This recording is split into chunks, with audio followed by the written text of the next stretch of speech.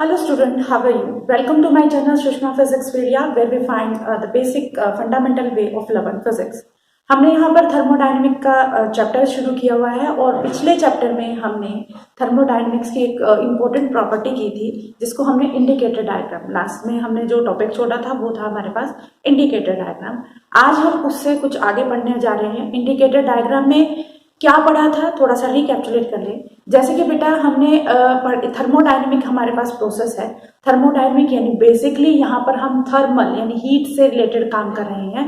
Heat दी जा रही है, हीट ली जा रही है और अगर कोई डायग्राम हमें ये रिप्रेजेंट करें कि हमारे सिस्टम में एक्चुअली हो क्या रहा है, वो सारी चीजें जो है हमें कौन पता करके देता है, वो है हमारा पीवी डायग्राम और इसको हम कहते हैं इंडिकेटर डायग्राम। तो इंडिकेटर डायग्राम में हमने जो किया था उसमें हमने इस तरह से लिखा था कि हमारे पास एक एक्सिस पे हमारे पास था प्रेशर और दूसरे एक्सिस पे था वॉल्यूम। और अगर हमारे पास कुछ इस तरह का प्रोसेस है, हमने ये भी डिस्कस किया था कि हमारा प्रोसेस क्या है, ये एक्सपेंशन है। एक्सपेंशन किस लिए है? क्योंकि यहाँ पर हमारी जो प्रेशर वॉल्यूम है, यानी मान लीजिए प्रेशर वॉल्यूम यहाँ पर P1 V1 है और यहाँ पर प्रेशर वॉल्यूम P2 V2 है, तो यहाँ पर हमें क्या करना है, ये एक्सपेंड हो रहा है क्योंकि प्रेशर जो है वो होता है कम। अगर हम यहाँ देखें प्रेशर की वैल्यू, ये प्रेशर की वैल्यू यहाँ से यहाँ पर हमारे पास क्या होगी, कम। प्रेशर कम हो गया और वॉल्यूम ज्यादा हो गया, तो ये प्रोसेस हमारे पास क्या था, एक्सपेंशन का। सिमिलरली अगर हमारा जो इस यही ग्राफ है, अगर मैं इस एरो को इस डायरेक्शन में कर दूं तो उस डायरेक्शन में हमें क्या बता रहा है, कंप्रेशन। ये हम थोरोली पिछले लेक्चर में अच्छे से पढ़ चुके हैं। हमने इंपॉर्टेंस की थी कि हमें जो है जो पीवी डायग्राम है या इंडिकेटर डायग्राम है वो इम्पोर्टेंस क्या है, इम्पोर्टेंस है। वहां पर हमने देखा था एरिया अंडर द ग्राफ, यानी हम इस एरिया का देखें, इस ग्राफ के अंडर का एरिया जो है वो हमें ये हेल्प आउट करने में कोशिश करता है कि हमारे सिस्टम ने कितना वर्क किया है। यहाँ पर हम बेसिकली गैस की बात करते हो तो हमारी गैस ने कितना वर्क डन किया है, work done on the system है, work done by the system है। All these are discussed in this lecture. तो यहाँ पर सबसे पहले इंडिकेटर डायग्राम में हमने क्या है, एक ऐसे indicator diagram, it is a graphical representation, ठीक है, it is the graphical representation. वो क्या करता है, with the help of thermodynamic quantities. Thermodynamic quantity हमारे पास दो है, प्रेशर एंड वॉल्यूम, जो कि हमें स्टेट ऑफ द सिस्टम के बारे में बताता है। तो यही हमारे पास इंडिकेटर डायग्राम था। अगर हम यहाँ से अब शुरुआत करते हैं कि हमारे पास दो तरह के प्रोसेस होते हैं, एक होता है बेटा साइक्लिक और एक होता है नॉन साइक्लिक प्रोसेस।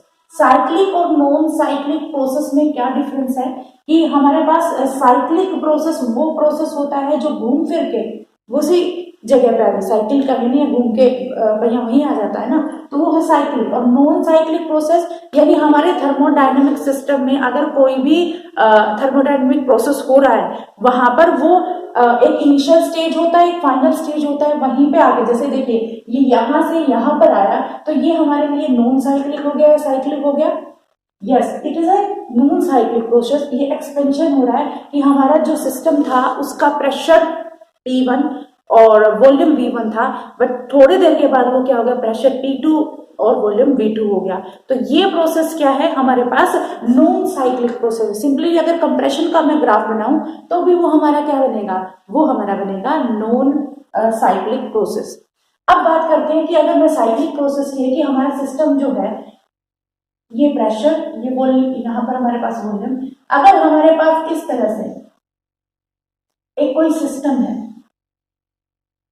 ये मान लीजिए ए पॉइंट है, ये बी पॉइंट है, यहाँ पर हमारे पास इस तरह का सिस्टम है, तो ये सिस्टम हमारा क्या कहलाएगा, यहाँ पर हमारा प्रेशर वॉल्यूम P1 V1 है और यहाँ पर प्रेशर P2 V2 है।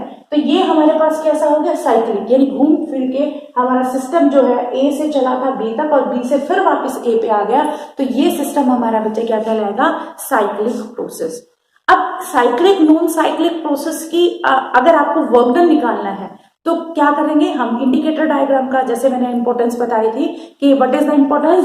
इंपॉर्टेंस ये है कि with help of indicator diagram हम क्या पता कर सकते हैं, हम ये पता कर सकते हैं कि हमारे सिस्टम ने कितना काम किया है, हमारी गैस ने कितना काम किया है। तो यहाँ पर अगर बात करें ये एरिया, यानी अगर मैं इसको करूँ तो ए, यहाँ पर बी, ये सी और डी, तो area under A B C D, जितना ए बी सी डी के अंदर है वो हमें क्या देगा, वर्क डन देगा। और सिमिलरली अगर हम बात करें इस साइक्लिक प्रोसेस की, यहाँ पर अगर मैं इसको ड्रॉ करूं तो ये हमारे पास ये जो एरिया है ए बी, यहाँ पर सी डी ए, ये जो एरिया है वो टोटल हमें क्या देता है, वो देता है वर्क डन। कई बार हम इसमें आप कहिए कि सिर्फ ये ए और बी के अंडर का नहीं, साथ में हम ए और बी, यहाँ सी और डी इसके अकॉर्डिंग, तो यहाँ पर ऑलमोस्ट जो एरिया है वो शेडेड पार्ट का आएगा। तो साइक्लिक प्रोसेस में जो शेड आपके पास total area covered by that cycle, वो हमें टोटल वर्क डन के बारे में देगी। और जो हमारे पास एक्सपेंशन या कंप्रेशन या आप कह सकते हो नॉन साइक्लिक प्रोसेस है, उसके अंदर हमारे पास area under the graph will give us total work done. I think ये चीज आपको कनेक्टिविटी ये समझ में आ गई कि हम इंडिकेटर डायग्राम की हेल्प से किस तरह से वर्क डन निकाल सकते हैं। अच्छा बच्चे, अगर हम बात करें वर्क डन होता क्या है, अगर हम किसी सिस्टम का वर्क डन देखें तो वर्क डन हमारे पास किस तरह से होता है। वर्क डन को हमने पढ़ा है फोर्स इनटू डिस्प्लेसमेंट, ठीक है, फोर्स इनटू डिस्प्लेसमेंट। चलिए इसमें हम थोड़ा सा और कर लेते हैं कि हमारे पास मान लीजिए एक सिलेंडर है और उसमें हमने पिस्टन को फिक्स किया है। पिस्टन में इस तरह से ये मूव कर सकता है अप एंड डाउन। तो यहाँ पर हमारे पास ये मान लीजिए कि हमारे पास ये गैस जो है ये एक्सपेंड कर रही है और इसकी वजह से हमारे सिस्टम जो है वो dx डिस्टेंस तक क्या हुआ है, अपनी डिस्टेंस को लिया है। ये हमारे पास जो है वो dx डिस्टेंस। अब हम ये देखना चाह रहे हैं कि हमारे सिस्टम ने कितना वर्क डन यानी फोर्स, यहाँ पर हमारे जो है गैस ने फोर्स लगाया, ठीक है, फोर्स लगाने की वजह से ये ऊपर हुआ है। तो यहाँ पर हमारे पास एक्सपेंशन है, तो हम मान लीजिए वर्क डन बाय एक्सपेंशन की बात कर रहे हैं, तो यहाँ हमारे पास क्या आ जाएगा, work done force into displacement, displacement हुई dx। बट यहाँ पर वर्क डन अगर स्मॉल डिस्प्लेसमेंट है तो वर्क डन का dw लिख सकते हैं। फोर्स को क्या लिख सकते हैं, प्रेशर इनटू एरिया, दैट हमारे पास इसका प्रेशर P है और एरिया जो है वो क्या है, A के बराबर, एरिया ऑफ द गैस जो है वो है A के बराबर इनटू dx। अब इसके बाद अगर हम इसको ध्यान से दें, एरिया इनटू dx, इसको हम लिख सकते हैं चेंज इन वॉल्यूम।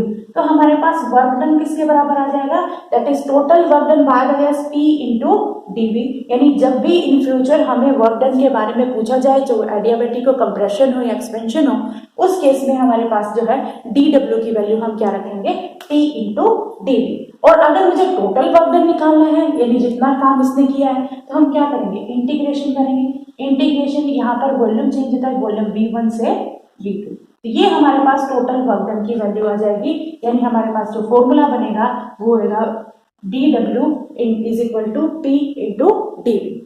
क्लियर? यानी अगर हमें किसी भी गैस ने सिस्टम में कितना काम किया है उसके बारे में पता करना है तो हम सिंपली इस तरह से फॉर्मूले से उसका वर्क डन निकाल सकते हैं। अब बात आती है इंडिकेटर से। अगर ग्राफिकल मेथड से हमें निकालना हो, जैसे हमारे पास ये सिस्टम है, अगर इस सिस्टम में मुझे ये बताना है कि इसका टोटल वर्क डन कैसे रहा, तो उस वर्क डन में देखिए यहाँ पर ये हमारे पास शेप है, यानी जो शेडेड एरिया मैंने आपको दिखाया है यही हमें वर्क डन के बारे में बताएगा। तो यहाँ पर अगर मैं वर्क डन निकालू तो मैं क्या करूंगी, यहाँ पर हमारे कोई पर्टिकुलर कोई शेप नहीं है, तो शेप की जो इसका हम एरिया निकालें, तो इसके लिए हम ये क्या करते हैं, हम छोटी सी स्टेप लेते हैं और ये मानते हैं कि पूरा एरिया ऐसे ऐसी छोटी छोटी स्टेप से मिलके बना है, ठीक है। तो यहाँ पर अगर हम देखें तो हमारा जो है प्रेशर, एक पर्टिकुलर हमारे पास प्रेशर सेम और वॉल्यूम क्या है V1 और V2, यानी वॉल्यूम का हमारे पास चेंज है, चेंज इन वॉल्यूम हो रहा है। तो यहाँ पर हमारा वर्क डन क्या होगा, तो इरेगुलर है हमारे पास पूरा शेप जो इरेगुलर है, तो यहाँ पर वर्क डन का क्या होगा, pressure into volume, change in volume हो रहा है V1 टू V2 मैं यहाँ पे मान के चल रही हूँ, अदरवाइज आपके पास जो भी वैल्यू है वो आप इसको पुट कर सकते हैं। तो यहाँ पर भी हमारा वर्क डन क्या आया, जो वर्क डन हमने न्यूमेरिकली निकाला था, that is W is equal to T dV। तो इस तरह से हम किसी भी सिस्टम का वर्क डन इजी से निकाल सकते हैं with help of diagram and with help of our numerical value. यानी अब आगे चाहे आपका आइसोथर्मल आ जाए, चाहे आप एडियाबेटिक आ जाए, कोई भी प्रोसेस आ जाए, तो उस केस में आपको क्या करना है, हमारा ये प्रोसेस हमें न्यूमेरिकली और इस तरह से। नेक्स्ट हम करेंगे थर्मोडायनेमिक प्रोसेस। जैसे कि हमने कहा कि हमारा जो थर्मोडायनेमिक सिस्टम है और उसके अंदर प्रोसेस किस तरह से हो सकते हैं, तो बेटा हमारे पास 4 तरह के प्रोसेस हो सकते हैं थर्मोडायनेमिक्स, जिसको हम वन बाय वन करें। पहले हम इसके बारे में बताना चाहिए, फिर उसके वर्क डन के बारे में हम डिस्कस करेंगे। थर्मोडायनेमिक प्रोसेस, थर्मोडायनेमिक प्रोसेस यानी जिसमें हमारे thermodynamic process are those process in which thermodynamic variables are changing, यानी जिसमें हमारे थर्मोडायनेमिक वेरिएबल्स जो हैं वो चेंज होते हैं, उन प्रोसेस को हम क्या कहते हैं, thermodynamic variables, sorry thermodynamic process. तो थर्मोडायनेमिक प्रोसेस जो है बेटा हमारे पास 4 तरह के होते हैं, जिसे हमने कहा था थर्मोडायनेमिक वेरिएबल हमारे कितने होते हैं, थर्मोडायनेमिक प्रोसेसेस बोलते हैं इसको, क्योंकि यहाँ पर हमारे इसके सिर्फ प्रोसेस। सबसे पहले थर्मोडायनेमिक प्रोसेस में हमारे पास कैसा आता है, पहला आएगा हमारे पास isothermal, isothermal process. Isothermal process कौन सी मैं पहले नाम लिख देती हूँ फिर उसके बाद। दूसरी है हमारे पास एडियाबैटिक प्रोसेस, एडियाबैटिक प्रोसेस। तीसरा है हमारे पास, थर्ड है हमारे पास that is isobaric process, isobaric process. और फोर्थ वन है हमारे पास दैट इज आइसोकोरिक और आइसोवोल्यूमिक, आप कुछ भी बोल सकते हैं इसको। वोल्यूमिक या आइसोकोरिक जो फंक्शंस हैं वो हमारे पास ये है। जैसे मैंने शुरुआत में बोला था कि हमारे पास जो है थर्मोडायनेमिक वेरिएबल्स जो है हमारे पास वो प्रोसेस होते हैं जिसमें थर्मोडायनेमिक वेरिएबल्स होते हैं। वेरिएबल्स हमने 4 तरह के पढ़े थे, बेसिकली बहुत सारे होते हैं, बट यहाँ पर प्रेशर, वॉल्यूम, टेम्परेचर, ये हमारे पास साथ के साथ एक होते हैं, प्रेशर है, वॉल्यूम, टेम्परेचर और एक होती है। ये 4 तरह के थर्मोडायनेमिक वेरिएबल्स हैं जिसकी वजह से हमें क्या मिलता है, थर्मोडायनेमिक प्रोसेसेस मिलते हैं। जैसे सबसे पहले देखिए हमारे पास है थर्मल आइसोथर्मल प्रोसेसेस। आइसो का मतलब होता है सेम, थर्मल मीन्स आप कह सकते हो हीट, यानी आप हीट का पर्टिकुलर जो लेना देना है वो है टेम्परेचर। अगर हमारे सिस्टम में टेम्परेचर कांस्टेंट रहता है, ऐसा थर्मोडायनेमिक प्रोसेस जिसमें टेम्परेचर कांस्टेंट रहता है उसको कहते हैं, यानी चेंज इन टेम्परेचर किसके बराबर आएगा, 0 के बराबर आएगा। ठीक है, तो ये हमारे पास क्या हो जाएगा, change in temperature 0।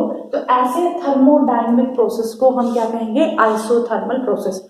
In future अब हम आइसोथर्मल, एडियाबैटिक ऐसे बात करेंगे, वहां से आपको अंडरस्टूड होना चाहिए। अगर मैं आइसोथर्मल प्रोसेस बोल रही हूँ तब आपके माइंड में एक कॉन्सेप्ट क्लियर है कि वहां पर हमारा टेम्परेचर जो है वो कांस्टेंट है, change in temperature that is equal to 0। Second one हमारे पास है एडियाबैटिक प्रोसेस। तो बेटा adiabatic process are those process in which heat जो है वो हमारी कांस्टेंट है। तो यानी यहाँ पर हम हीट को क्या है, Q से कांस्टेंट ले, हमारे पास हीट जो है वो किसके बराबर हो, कांस्टेंट हो। चेंज इन हीट क्या हो जाएगी, delta Q is equal to 0, यानी उसमें हीट का कोई भी चेंज नहीं है। ऐसे प्रोसेस को हम क्या कहते हैं, एडियाबैटिक प्रोसेस। तीसरा है हमारे पास आइसोबारिक प्रोसेस, तो जिसमें हमारा वॉल्यूम, प्रेशर जो है, ऐसे थर्मोडायनेमिक प्रोसेस जिसमें हमारा प्रेशर कांस्टेंट रहे, वो आपका क्या, कौन सा प्रोसेस कहलाएगा, that is isobaric process. And last one isovolumic कह दीजिए या आइसोकोरिक प्रोसेस कह दीजिए। तो उस प्रोसेस में हमारे पास वॉल्यूम जो है वो कांस्टेंट रहेगा और जो चेंज इन वॉल्यूम है दैट इज इक्वल टू 0। तो अब ये 4 प्रोसेस आपको याद रखने, आइसोथर्मल प्रोसेस, ठीक है, adiabatic process, isobaric process, isochoric process या आइसोवोल्यूमिक प्रोसेस। आइसोथर्मल प्रोसेस कौन से प्रोसेस होते हैं, जिसमें टेम्परेचर कांस्टेंट रहता है। एडियाबैटिक जिसमें हीट कांस्टेंट रहती है। आइसोबारिक जिसमें प्रेशर कांस्टेंट रहता है। और आइसोकोरिक जिसमें वॉल्यूम कांस्टेंट रहता है। तो ये होगी डेफिनेशन की टर्म में। हमें तो फिजिकल लाइफ में देखना है ना, तो किस तरह से हम इसको रिलेट कर सकते हैं। ठीक है, सबसे पहले देखो बेटा, आइसोथर्मल प्रोसेस कब होगी, यानी जब हमारा टेम्परेचर जो है कांस्टेंट है, हमारे सिस्टम को टेम्परेचर चेंज, सिस्टम में टेम्परेचर चेंज नहीं हो जाता, चेंज नहीं होता। बाकी सारे सिस्टम में जो PVE वो चेंज हो सकते हैं, तो टेम्परेचर चेंज नहीं होता, प्रेशर और वॉल्यूम चेंज हो जाए तो उसको हम क्या कहते हैं, आइसोथर्मल प्रोसेस।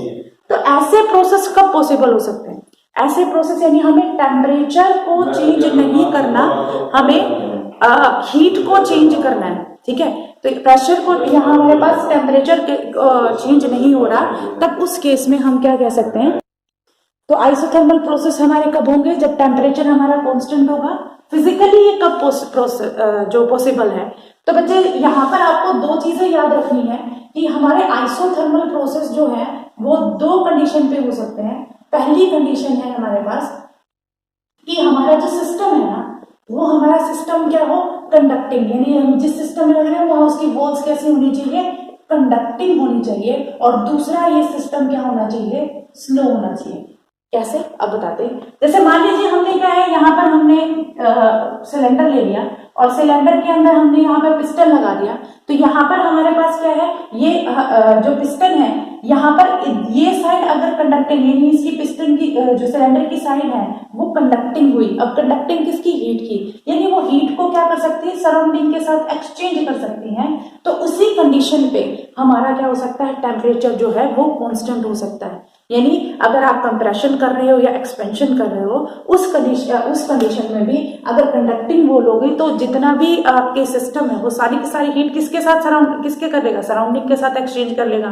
तो आपका आइसोथर्मल प्रोसेस एक कंडीशन है कि कंडक्टिंग होनी चाहिए आपकी वॉल्स। तो यहाँ पर आपकी जिसके अंदर लग रही है तो उसकी वॉल्स क्या होनी चाहिए, कंडक्टिंग होनी चाहिए। और दूसरी चीज क्या होनी चाहिए, प्रोसेस शुड बी स्लो, यानी प्रोसेस अगर स्लो होगा तो उस केस में क्या है, हमारे सिस्टम को प्रॉपर टाइम मिल जाएगा। किसके लिए, क्योंकि कंडक्टिंग वॉल्स है, हीट सराउंडिंग के साथ इजी से क्या कर सकती है, एक्सचेंज कर सकती है।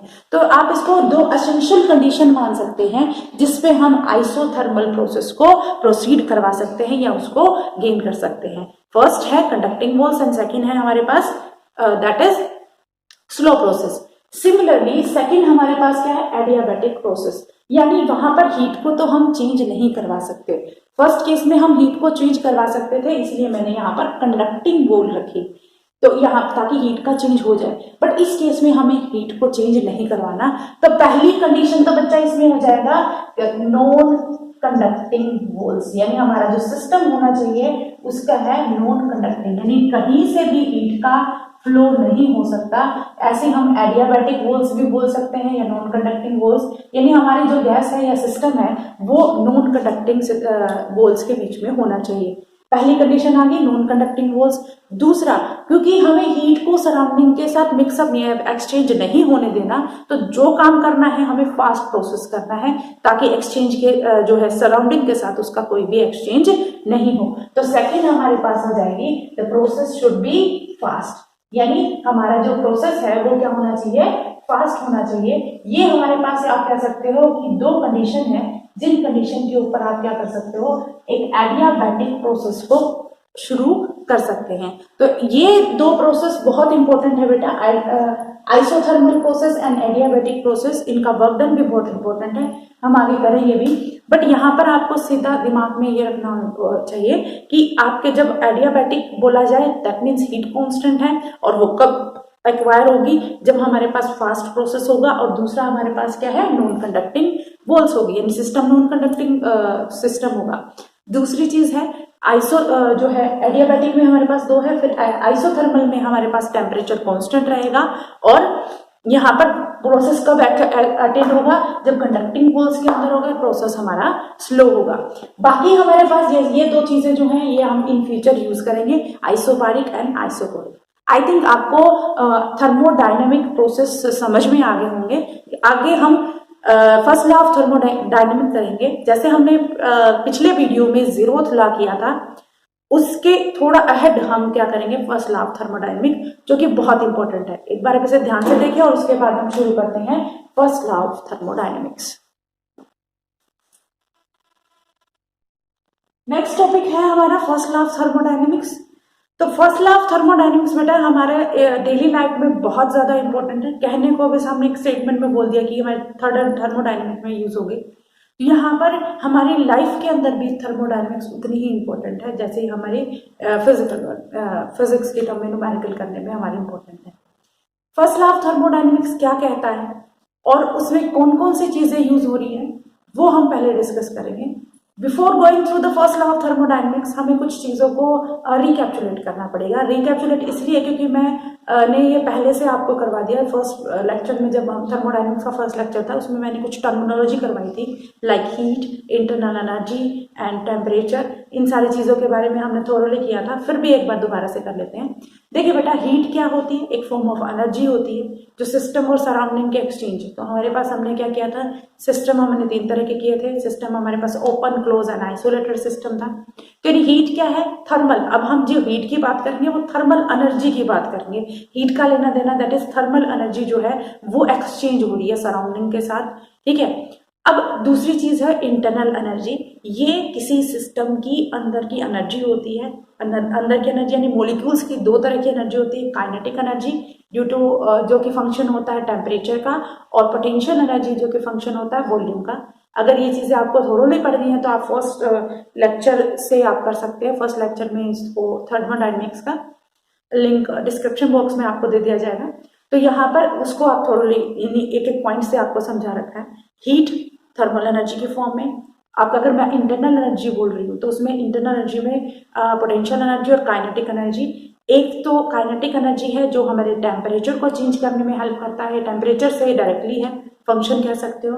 और अगर पोटेंशियल एनर्जी है, अगर कहीं भी वॉल्यूम चेंज हो रहा है, दैट मीन्स वो भी एक फैक्टर हो सकता है जिसकी वजह से इंटरनल एनर्जी चेंज हो सकती है। तो फर्स्ट लॉ ऑफ थर्मोडायनेमिक्स में क्या बताया गया है वो हीट से रिलेटेड ही बताया गया। एज वी नो कि हीट क्या है। अब यहाँ इसमें एक चीज और बेटा, कि हम अगर साइन कन्वेंशन की बात करें कि हीट को हम कब पॉजिटिव, हीट का मतलब हम कब पॉजिटिव डेल्टा क्यू को पॉजिटिव लेंगे, कब डेल्टा क्यू को हम नेगेटिव लेंगे, और जब हमारे पास आता है इंटरनल एनर्जी को हम कब पॉजिटिव लेंगे और कब उसको नेगेटिव लेंगे। ये कुछ टर्मिनोलॉजी है। Before going to the first thermodynamic law हमें इनके बारे में क्या करना पड़ेगा, कंसल्ट करना पड़ेगा। तो यहाँ पर तीसरा फैक्टर है वर्क डन। कब हम वर्क डन को पॉजिटिव ले सकते हैं और कब वर्क डन को हम नेगेटिव ले सकते हैं। देखिए बेटा, जब भी किसी भी सिस्टम को हीट दी जाती है, गैस को हीट दी, किसी भी सिस्टम को हीट दी, सन हमें एनर्जी दे रहा है, हीट एनर्जी दे रहा है, तो वो हमने अब्जॉर्व की है। या तो आप इसको इस टर्म में लेंगे कि जब सिस्टम एनर्जी को अब्जॉर्व करता है तब हमारा हीट को क्या लेंगे, पॉजिटिव। ये सिस्टम को हम एनर्जी दे रहे हैं तो वो पॉजिटिव कंसिडर करेगी। अगर सिस्टम से हीट इवोल्व हो रही है, निकल रही है, तो वो क्या हो जाएगी, हमारा सिस्टम क्या हो जाएगा, नेगेटिव। वहां पर हम क्यू को क्या रखेंगे, नेगेटिव रखेंगे। इंटरनल एनर्जी, जैसे मैंने कहा इंटरनल एनर्जी 2 तरीके से, काइनेटिक एनर्जी और पोटेंशियल एनर्जी, मॉलिक्यूलर लेवल से देखा जाए। इंटरनल एनर्जी को हम टेम्परेचर, अगर टेम्परेचर सिस्टम का इंक्रीज होता है तब हम इंटरनल एनर्जी को पॉजिटिव कहेंगे। अगर इंटरनल एनर्जी नेगेटिव का है, जब हमारे सिस्टम का टेम्परेचर जो है वो डिक्रीज होता है तब हम इंटरनल एनर्जी को क्या लेंगे, नेगेटिव लेंगे। इसके बाद है work done. Work done positive जब हमारा system work done by gas होता है, बाय सिस्टम होता है, यानी ऑब्लिक में हम एक्सपेंशन भी लिख दें तो वो हमारा क्या वर्क डन क्या कहलाएगा, positive work done. I am repeating once again, जब हमारा सिस्टम जो है work done by the system होता है या बाय द गैस होता है तब हमारा होता है एक्सपेंशन, और उस कंडीशन में वर्क डन हमारा क्या होता है, पॉजिटिव। और वर्क डन नेगेटिव कब होगा, जब डन ऑन द गैस, यानी गैस के ऊपर अगर काम होता है यानी कंप्रेशन होता है, तब उस केस में हम क्या कह सकते हैं, हमारा सिस्टम क्या, हमारे वर्क डन क्या हो जाएगा, नेगेटिव हो जाएगा। तो ये टर्मिनोलॉजी बेटा आप याद रखिए, इन फ्यूचर में बहुत काम आएगी। लेट मी सी कि आपको विजिबल लगेगी कि ये सारी चीजें हमारी काम आएंगी आगे जब हम न्यूमेरिकल्स करेंगे, ठीक है। अब इसके बाद देखिए, we are going through first law of thermodynamics. तो फर्स्ट लॉ ऑफ थर्मोडायनेमिक्स क्या बताता है, फर्स्ट लॉ ऑफ थर्मोडायनेमिक्स ये बताया गया बेटा कि अगर आप किसी भी सिस्टम को हीट प्रोवाइड कर रहे हैं, बहुत इंपॉर्टेंट है बेटा, इसको ध्यान में रखिएगा, ये हमारे डेली लाइफ में भी उतना ही इंपॉर्टेंट है।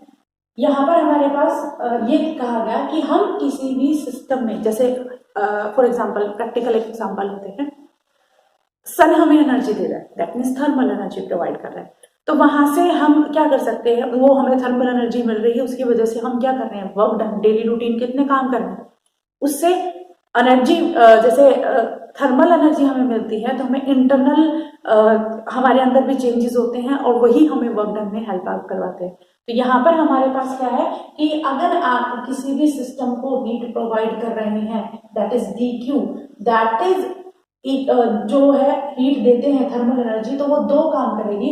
फर्स्ट वन वो उसके अंदर इंटरनल एनर्जी को चेंज करेगी और दूसरा इसको क्या करेगी दैट इज उसमें कुछ ना कुछ काम करेगी। तो फर्स्ट लॉ ऑफ थर्मोडायनेमिक्स क्या है, whenever you give some energy to any system it will change partially, क्या करेगी उसे वर्क डन करवाएगी और पार्शियली उसकी इंटरनल एनर्जी को चेंज करने में हेल्प करेगी। तो सिंपल भाषा में बोला जाए किसी भी सिस्टम को हीट दी है तो कुछ काम वो उसकी इंटरनल एनर्जी में, कुछ हीट वो इंटरनल एनर्जी में यूज कर लेगी और बाकी वो क्या काम करेगी, वो उसके वर्क डन करवाने में हेल्प आउट करेगी। तो ये हमारा क्या कहलाएगा first law of thermodynamics. Otherwise आप इसको डेल्टा क्यू, यदि हम स्मॉल चेंज की बात कर रहे हैं तो यहाँ हम इसको लिख सकते हैं delta Q is equal to, यहाँ पे ये डेल्टा क्यू है हीट, डेल्टा यू है इंटरनल एनर्जी और डेल्टा डब्ल्यू है हमारा वर्क डन। किसी भी सिस्टम को हीट प्रोवाइड की वो उसकी इंटरनल एनर्जी को चेंज करेगा प्लस में वो उससे काम करवाएगा। यही हमारा फर्स्ट लॉ ऑफ थर्मोडायनेमिक्स है। आई थिंक ये चीज आपको समझ में आ गई फर्स्ट लॉ ऑफ थर्मोडायनेमिक्स क्या कहता है। ठीक है, आप इसको अपनी डेली प्रैक्टिस में भी देख सकते हैं। हीट एनर्जी मिलती है, सन से एनर्जी मिलती है, वट जो हमने अभी एग्जाम्पल की। इसके बाद जो बेटा हम करेंगे एप्लीकेशन की, हम कोई काम कर रहे हैं तो उसका कुछ ना कुछ तो एप्लीकेशन हो। तो नेक्स्ट जो हमारे पास है that is application of first law of thermodynamics. Thermodynamics की एप्लीकेशन क्या है। तो सबसे पहले प्रोसेस की हम बात करें, जैसे मैंने अभी कुछ प्रोसेसेस करवाए हैं थर्मोडायनेमिकल प्रोसेस, उसमें सबसे पहला प्रोसेस क्या है, सबसे पहला प्रोसेस था आइसोथर्मल एक्सपेंशन की बात करें। आइसोथर्मल एक्सपेंशन, इस केस में हम फर्स्ट लॉ ऑफ थर्मोडायनेमिक्स से हमें क्या पता चलता है।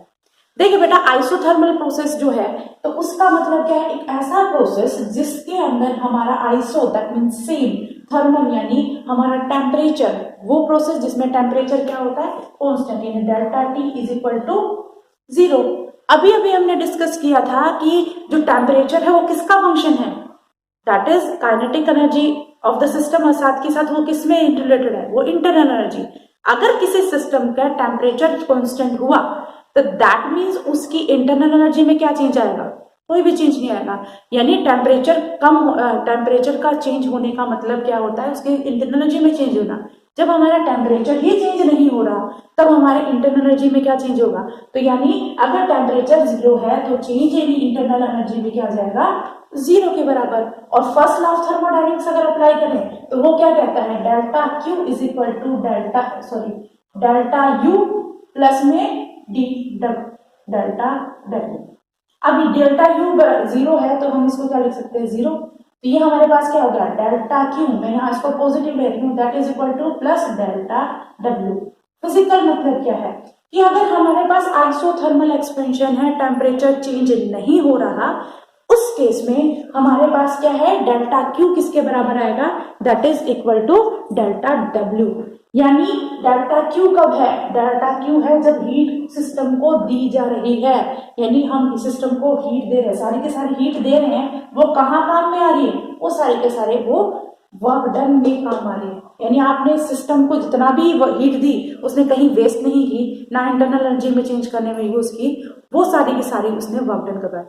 तो अगर हमारे पास रेकमेंड किया जाए कि हमारे पास एक एडियाबैटिक सिस्टम और एक आइसोथर्मल, तो अपने प्रोसेस जो आपके पास कोई सिस्टम है तो उसके लिए कौन सा रेकमेंड करेंगे हम, आइसोथर्मल, क्योंकि उसमें हम जितनी भी हीट देंगे वो सारी की सारी किसमें चेंज हो जाएगी, वर्क डन के अंदर चेंज हो जाएगी। तो यहाँ पर हमारे पास क्या है, जितनी भी हीट हमने दी सारी की सारी वर्क डन में चेंज हो जाएगी। और अगर हम देखें प्लस कब होता है, एक्सपेंशन, यानी हमारे पास ये हीट क्या है work done by the system हो गया, यानी एक्सपेंशन हो गया।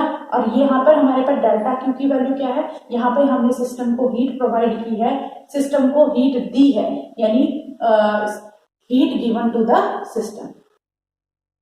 To the system. तो आप इसको इस तरह से कह सकते हैं आइसोथर्मल प्रोसेस में एक्सपेंशन, इसीलिए मैंने यहाँ पर एक्सपेंशन लिखा है, आइसोथर्मल एक्सपेंशन, कि यहाँ पर हमारे सिस्टम जो है वो हीट दी जा रही है सिस्टम को, और उसकी वजह से वो सारा का सारा क्या कर रहा है, वर्क डन कर रहा है।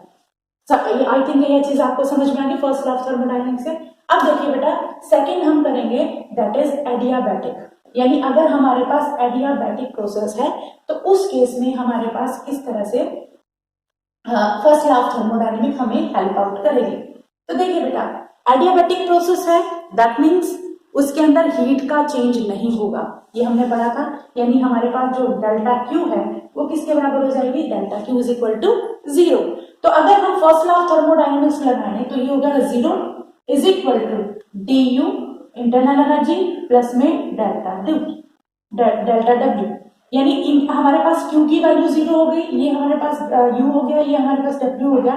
क्योंकि यहाँ हमारे पास Q की वैल्यू 0 है इसलिए मैंने यहाँ पर इसको 0 पुट कर दिया। इसके बाद देखिए बेटा, हमारे पास इसको अगर हम करें तो इसको दो तरीके लिख सकते हैं, delta U is equal to DW। अगर मैं DW को पॉजिटिव ले तो डेल्टा Q को मैंने कर दिया नेगेटिव। पहले एक एक्सपेक्ट आपके दिमाग में क्वेश्चन जरूर आएगा कि मैम इसके साथ नेगेटिव क्यों, वो भी हम डिस्कस करेंगे। पहले हम इससे करें, यहाँ पर ये फिजिकल मतलब क्या है, इसका मतलब है कि जब एक्सपेंशन होगा, देखो मैं डायरेक्ट बोल रही हूँ उसको क्योंकि प्लस डब्ल्यू है और प्लस डब्ल्यू का मतलब यहाँ पर एक्सपेंशन है, यानी जब भी हमारे पास एक्सपेंशन होगा तो यहाँ हमारी इंटरनल एनर्जी क्या होगी, कम, नेगेटिव, कम हो रही है। इंटरनल एनर्जी नेगेटिव का मतलब यहाँ साथ के साथ टेबल से आपको क्लियर हो जाएगा कि इंटरनल एनर्जी नेगेटिव का मतलब टेम्परेचर विल डिक्रीज, यानी एक्सपेंशन तो होगा बट यहाँ पर हमारा temperature of the system will be decrease, यहाँ हमारा टेम्परेचर क्या हो जाएगा, कम हो जाएगा। यानी अगर हमारे पास कोई भी, और याद करिए अभी अभी हमने एडियाबैटिक प्रोसेस की थी तो वो सिस्टम क्या है, प्रोसेस शुड बी फास्ट होना चाहिए और दूसरा नॉन कंडक्टिंग होना चाहिए। तो अगर कोई भी प्रोसेस बहुत सडन होता है, एकदम एक्सप्लोड यानी ब्रस्टिंग ऑफ द टायर, अगर कोई टायर ट्यूब फटती है तो वहां पर कूलिंग क्यों हो जाती है सारे, वो यहां से आप समझ सकते हो फर्स्ट लॉ ऑफ थर्मोडायनेमिक्स से, क्योंकि वो एडियाबैटिक प्रोसेस है, दैट मीन्स हीट को चेंज होने का मौका ही नहीं मिलेगा। दैट मीन्स वो क्या हो जाएगी, हीट अगर 0 हो गई तो सारी की सारी इंटरनल एनर्जी क्या हो जाएगी, नेगेटिव हो जाएगी। और एक्सपेंशन, क्योंकि जब टायर ट्यूब फटती है तो उसका मतलब गैस जो अंदर हाई प्रेशर में थी एकदम से क्या होगा, एक्सपेंड हो गई, एक्सपेंशन से क्या होता है, कूलिंग। तो एक चीज याद रखिएगा कि जब भी एक्सपेंशन होगा तब हमारे पास क्या होगी, कूलिंग होगी, ठीक है। तो जहां भी कोई भी सिस्टम में मान लीजिए आपके पास कोई पाइप है, कोई नैरो उसकी एरिया है जहां से वो निकलना है और उसको आगे से एक चौड़ी पाइप के साथ अटैच कर दिया गया है, तो वहां से पतली वाली पाइप में प्रेशर ज्यादा है और जैसे ही ओपनिंग से बाहर आएगी, पूरी बड़ी ओपनिंग से, तो वहां पर आपके पास क्या हो जाएगी, एकदम से सडन सा टेम्परेचर क्या होगा, कम, यानी टेम्परेचर कम हो जाएगा, यानी वो बहुत कम तक चले जाता है। इन द सेंस आप ये कह सकते हो कुछ कुछ प्रोसेस में तो आइसिंग तक भी पहुंच जाता है, ठीक है। तो यानी सडन जब भी एक्सपेंशन होता है दैट मीन्स वो एडियाबैटिक एक्सपेंशन होगा, और with help of first law of thermodynamics हमने क्या बता दिया कि जहां एक्सपेंशन होगा वहां पर कूलिंग होगी ही होगी। अब जैसे दूसरा एक्सपेक्ट है, जैसे मैंने कहा था कि इसी चीज को मैं इस तरह से भी तो लिख सकती थी कि हमारे पास जो है डेल्टा डब्ल्यू जो है वो माइनस हो जाए और डेल्टा यू की वैल्यू क्या है वो पॉजिटिव हो जाए, कर सकते हैं ना बेटा, इसमें तो कोई दिक्कत ही नहीं है। तो बेटा जी इसमें भी आप अपना थोड़ा सा प्रेजेंस ऑफ माइंड, यहाँ पर सामने टेबल मैंने लिखी हुई है, तो देखिए डेल्टा डब्ल्यू का मतलब क्या है, डेल्टा डब्ल्यू माइनस है, दैट मीन्स हमारी गैस क्या है, कंप्रेस हो रही है, यानी यहाँ हमें एक्सपेंशन का नहीं, हमारी कंप्रेशन हो रही है। और यहाँ पर हीट, ये क्या है, टेम्परेचर, ये टेम्परेचर पॉजिटिव का मतलब टेम्परेचर बढ़ेगा। अगर टेम्परेचर बढ़ेगा किस केस में बढ़ सकता है, क्योंकि एक्सपेंशन, देख लीजिए जब भी आप किसी चीज को कंप्रेस करते हैं उसका टेम्परेचर क्या है, वो इंक्रीज होता है। तो ये आप चाहे इसको इस तरह से याद करो या सडन एक्सपेंशन की तरह से याद करो, दोनों चीजें की जो है वैलिड है। तो यहाँ पर क्या है, जब कंप्रेशन कर रहे हैं तो टेम्परेचर हाई होता है, क्यों होता है, कोलिजन होता है पार्टिकल्स का, उसकी वजह से उसकी काइनेटिक एनर्जी चेंज होती है, और काइनेटिक एनर्जी चेंज होगी तो बच्चे ये आपको पता ही है उसका टेम्परेचर क्या होगा, चेंज ही होगा, because temperature is the function of या function of kinetic energy. Clear. तो यहाँ पर मैंने दो तरीके से आपसे बताया, एडियाबैटिक बताया है और आइसोथर्मल से। आई होप आपको ये चीज थोड़ा समझ में आ गई होगी। ठीक है। इसके बाद हमारे पास कुछ एक एप्लीकेशंस और हैं, लाइक बॉइलिंग प्रोसेस है, मेल्टिंग प्रोसेस है, वो सारी चीजें हम अब वन बाय वन करेंगे। जैसे अगर हम बात करें थर्ड, चलिए बॉइलिंग प्रोसेस की बात करते हैं। बॉइलिंग प्रोसेस क्या है? बॉइलिंग प्रोसेस जैसे हमें पता है वाटर जो है वो 100 डिग्री सेल्सियस पे बॉइल होता है। तो अगर वो बॉइलिंग प्रोसेस है तो यहाँ पर हमारे पास हमारे दिमाग में एक चीज क्लियर होनी चाहिए कि बॉइलिंग प्रोसेस में टेम्परेचर तो चेंज होता ही नहीं है। अब वो जब बॉइल करना शुरू हो गया तो वहां पर हमारे पास टेम्परेचर का कोई भी चेंज नहीं होगा। अगर टेम्परेचर का चेंज नहीं होगा तो फर्स्ट लॉ ऑफ थर्मोडायनेमिक्स में हम किस तरह से इसकी वैल्यूज को बता सकते हैं? जैसे बॉइलिंग प्रोसेस में अगर बात करें, टेम्परेचर का चेंज है, आप एक सेम टेम्परेचर के ऊपर ही बॉइल हो जाता है। वहां पर एक चीज होती है, यहाँ पर टेम्परेचर तो चेंज नहीं होता बट स्टेट चेंज होती है। यानी जो हमारा स्टेट चेंज का मतलब क्या कहते हैं बेटा, यहाँ पर हमारा जो लिक्विड है ना, अब वो वेपर्स में चेंज हो रहा है। यानी अगर आप अपने सिस्टम को हीट दे रही हैं तो वो हीट उसके स्टेट चेंज करने में जा रही है, उसके टेम्परेचर को चेंज करने में नहीं जाती। ठीक है, आई थिंक आपको चीज कि बॉइलिंग प्रोसेस में हमारे पास स्टेट चेंज होता है, लिक्विड से वेपर में चेंज होता है, और यहाँ पर हमारा टेम्परेचर सेम टेम्परेचर चेंज होता ही नहीं है। तब उस केस में हमारे पास स्टेट चेंज होगा।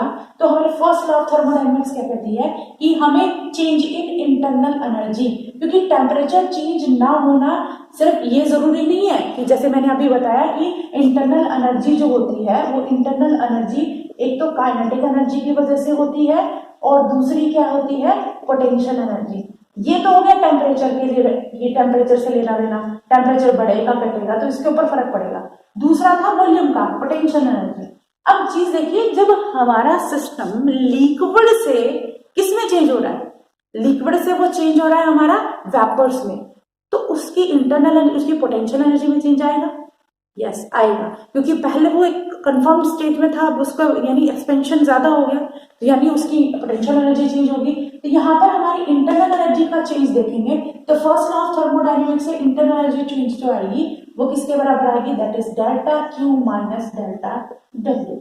यानी हमारा जो वर्क डन है, हीट जो है उसमें से अगर वर्क डन को माइनस कर देंगे तो इंटरनल एनर्जी को हम बता सकते हैं। इसको आप लिख सकते हो चेंज इन, या तो फॉर्मूला आपके इस तरह से आएगा। अगर आप इसको और ज्यादा आगे बढ़ाना चाहते हैं तो यहाँ पर डेल्टा क्यू क्या है, डेल्टा क्यू मैंने हीट दी है, हीट क्या, स्टेट को चेंज करने के लिए, हीट ऑफ वेपोराइजेशन, जिसकी हमारा फॉर्मूला होता है M×L। ये लेटेंट हीट है जो किसी भी सिस्टम के चेंज स्टेट को चेंज करने में हेल्प आता है, तो हम Q की जगह ML लिख सकते हैं। और दूसरा है वर्क डन। तो बेटा जी वर्क डन का हमने फॉर्मूला P×dV किया था। अब वॉल्यूम हमारा कैसे चेंज होगा, वॉल्यूम चेंज इन वॉल्यूम का मतलब V2 माइनस V1। यहाँ पर मैंने V2 माइनस V1 ही क्यों किया, क्योंकि यहाँ हमारा वॉल्यूम बढ़ेगा, फॉर श्योर बढ़ेगा, क्योंकि लिक्विड का से वेपर का वॉल्यूम जो है वो लिक्विड के वो वॉल्यूम से क्या होगा, ज्यादा ही होगा। जैसे आपके पास 2 गिलास पानी है तो जरूरी नहीं इसकी वेपर जो है 2 गिलास ही बने, उससे ज्यादा बनेंगे, कोई टॉपिक है। इसीलिए तो बच्चे मैंने यहाँ पे V2 माइनस V1 है। इन सभी चीजों को जब हम इकट्ठा करते हैं तो हमारे पास इंटरनल एनर्जी का फॉर्मूला जो आएगा that is equal to ML minus, इसको लिख सकते हैं P V2 minus of V1। This is the formula for या फिर application of first law of thermodynamics in case of boiling. Boiling के केस में हमारे पास फर्स्ट लॉ ऑफ थर्मोडायनेमिक्स की हमें इक्वेशन इस तरह से देता है। आई थिंक आपको ये चीज समझ में आ गई। हमने आइसोबारिक की है, सॉरी आइसोथर्मल किया था, एडियाबैटिक किया था, ठीक है। अब इसके बाद हम नेक्स्ट जो करेंगे वो करेंगे बेटा दैट इज मेल्टिंग प्रोसेस। यही पता रहता है मेल्टिंग प्रोसेस। देखिए बेटा मेल्टिंग प्रोसेस में क्या होता है, मेल्टिंग प्रोसेस में अगर आपने ध्यान दिया हो कि अगर मान लीजिए हमारे पास एक गिलास, कोई भी ग्लास लेनी, जब भी कोई मेल्टिंग प्रोसेस होता है तो वॉल्यूम में ना के बराबर चेंज होता है, ठीक है। जैसे मान लीजिए एक गिलास आपके पास आइस थी तो उसका जब अब लिक्विड बनेगा तो वो क्या है, उतना ही बनेगा, उसमें तो कोई चेंज इन वॉल्यूम की बात ही नहीं, ना के बराबर। तो यहाँ पर हम कह सकते हैं अगर वॉल्यूम हमारा पे चेंज नहीं हो रहा तो डेल्टा V की वैल्यू क्या हो जाएगी, 0। अगर डेल्टा वी की वैल्यू 0 हो गई तो यहां से अगर हम बात करें तो ये हमारे पास क्या है, फर्स्ट लॉ ऑफ थर्मोडायनेमिक्स लगा लीजिए, या फिर हमारे पास हाँ यहाँ पर स्टेट चेंज हो रही है तो हीट का वही लेटेंट हीट आएगी हमारे पास। तो यहाँ हमारे पास इक्वेशन जो बनेगी, यानी वर्क डन किसके बराबर होता है, P डेल्टा V, और ये 0 है तो वर्क डन किसके बराबर हो गया, 0 के बराबर। तो यहाँ हमारे पास delta Q is equal to delta U, यानी सारी की सारी हीट किसमें चेंज हो गई, इंटरनल एनर्जी को चेंज करने में। और अगर हम हीट को रखें, स्टेट चेंज हो रही है तो ये हो जाएगी ML is equal to delta U, यानी सारी की सारी इंटरनल एनर्जी सिर्फ स्टेट चेंज करने में चली गई। वो हमारे पास क्या है, मेल्टिंग प्रोसेस के अंदर होता है। ठीक है, तो आप देख पा रहे हैं कि हम किस तरह से फर्स्ट लॉ ऑफ थर्मोडायनेमिक्स की हेल्प से हर एक प्रोसेस को इजी अंडरस्टैंड कर पा रहे हैं। आइसोवोल्यूमिक प्रोसेस या पहले हम आइसोबारिक प्रोसेस में हमने क्या किया था, आइसोबारिक में हमारे पास जो था बेटा डेल्टा V जो था, वॉल्यूम जो था, प्रेशर जो था वो था कांस्टेंट। प्रेशर कांस्टेंट है तो फर्स्ट लॉ ऑफ थर्मोडायनेमिक्स क्या कहेगी, first law of thermodynamics delta Q plus delta U sorry is equal to, यहाँ पर हो जाएगा P प्लस डेल्टा V, कोई चेंज नहीं आएगा। तो हमारा फर्स्ट लॉ ऑफ थर्मोडायनेमिक्स उसी तरह से हो जाएगा आइसोबारिक के केस में। आइसोकोरिक या आइसोवोल्यूमिक उसके केस में क्या है, आइसोवोल्यूमिक में बेटा delta V is equal to 0, same अभी ये प्रोसेस किया हमने। अगर आइसोवोल्यूमिक है तो उस केस में हमारे पास डेल्टा Q की वैल्यू किसके बराबर आ जाएगी, डेल्टा U। सारी की सारी एनर्जी यानी सिस्टम हीट अब्सॉर्ब भी कर लेगा और सारी की सारी क्या करेगा, वो टेम्परेचर को चेंज करने में ही खत्म कर देगा। यहाँ पे यहाँ कोई वर्क नहीं होगा क्योंकि यहाँ पे वॉल्यूम जो है वो कांस्टेंट है। तो दीज आर द सम आप कह सकते हो application of first law of thermodynamics. एक बहुत इंपॉर्टेंट एप्लीकेशन हो रहा है जिसको हम मेयर्स फॉर्मूला कहते हैं, वो हम करेंगे नेक्स्ट वीडियो में क्योंकि वो अपने आप में बहुत इंपॉर्टेंस रखती है। वहां पर हम कुछ डिफरेंट कॉन्सेप्ट भी करेंगे, कब उसकी वैल्यू कहाँ से कहाँ तक वैल्यू वेरी करती है और किस तरह से वो हमें हेल्प आउट करती है डिफरेंट क्वेश्चंस को सोल्व करने में। तो आज हमने थर्मोडायनेमिक प्रोसेस किया है और उसके बाद the most important first law of thermodynamics समझने की कोशिश की है। आई होप आपको ये चीजें समझ में आई होगी। आज के लिए इतना काफी है, नेक्स्ट हम करेंगे नेक्स्ट लेक्चर में। Thank you.